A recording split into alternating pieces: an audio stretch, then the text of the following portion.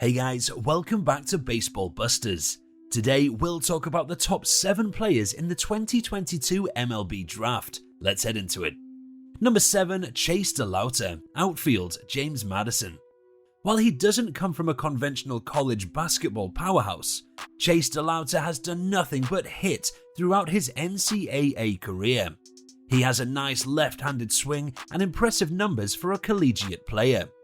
DeLauter is 6'4" and boasts average tools across the board, including above-average power. He has the profile of a guy who can be a middle-of-the-order hitting in the majors. DeLauter has also spent some time in college as a pitcher who can sit in the low 90s. His arm should also serve as a positive asset in the right field, so he won't end up being a problem there. Number 6, Jacob Berry, outfielder, LSU. There is a good case for Jacob Berry being the most polished collegiate batter in the draft. He batted .352 with an OPS of 1.115 as a freshman at Arizona before moving to LSU, where he continued to grow. Berry has shown that he can make solid contact and generate power from both sides of the plate as a switch hitter. The main issue is that his greatest position is hitter, since Berry doesn't bring much to the table defensively. However, even though he has mostly played third base in college, he might be shifted to first base or the outfield, where he won't have much of an effect defensively. That Berry's hit tool is more than enough to make up for any defensive limitations with the universal DH is excellent news for Berry's draft value. Number 5, Elijah Green, OF, IMG Academy, Florida.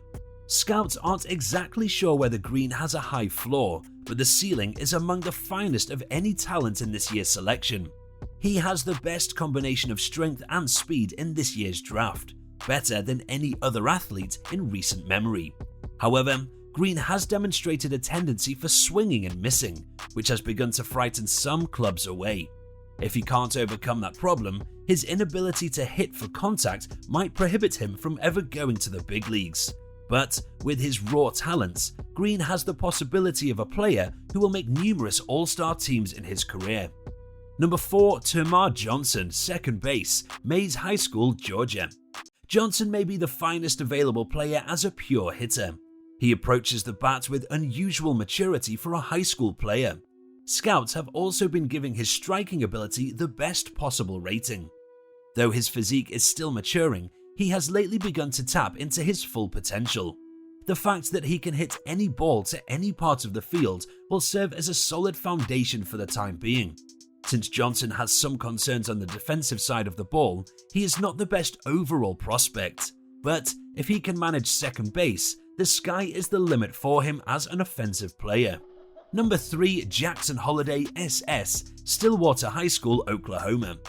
Holliday is one of a handful of kids of former big league players who will have a chance to start their baseball career after the draft. Jackson Holliday, the son of legendary slugger Matt Holliday, is a left-handed hitter who plays shortstop for the New York Yankees. Young Holliday has benefited from his father's mentorship and, as a result, knows more than most young players about what it takes to be successful outside of baseball. That he's improved so much in the last year may have something to do with the fact that his uncle is a collegiate hitting coach. He obviously shows greater speed than his father and should have the footwork and arm strength to continue at shortstop long term. That makes him a valuable choice and potentially a safe option for clubs compared to the typical high school shortstop. Number 2, Brooks Lee, SS, Cal Poly.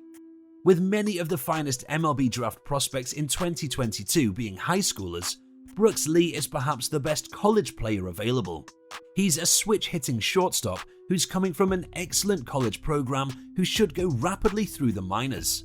Lee is seldom a strikeout victim and frequently makes heavy contact. The emergence of his authority is also beginning to be felt on both sides. The main question mark around Lee is whether or not he has the necessary range to play shortstop in the big leagues. Even if he's selected by a club that already has a long-term answer at shortstop, his arm strength and defensive ability should allow him to play second or third base at some time. Number 1, Drew Jones, CF, Wesleyan High School, Georgia. The son of Andrew Jones, who is probably the finest defensive center fielder to ever play the game, it's not a surprise that Jones is the top prospect available in this year's draft. As a center fielder, the younger Jones looks to have the same instincts as his father, not to mention the speeds to cover a substantial portion of the outfield grass. His father's 434 career home runs as a batter went unappreciated. The younger Jones has some issues since his swing is a touch lengthy. However, this is a small issue that may be addressed. Plus, he has a lightning-quick swing, and if he begins to fill out his body, there should be more power. The younger Jones isn't going to smash 400 home runs like his father, but he'll be a 5-tool player with lots of potential, even if he doesn't. What do you think about these young talents? Tell us in the comments. This brings us to the end of our video. I hope you enjoyed it. Hit like if you did, and don't forget to subscribe to our channel so that you don't miss any of our videos in the future. Also, watch the 2 videos that are on your screen because I'm sure that you'll love them. With that, I'll see you in the next video.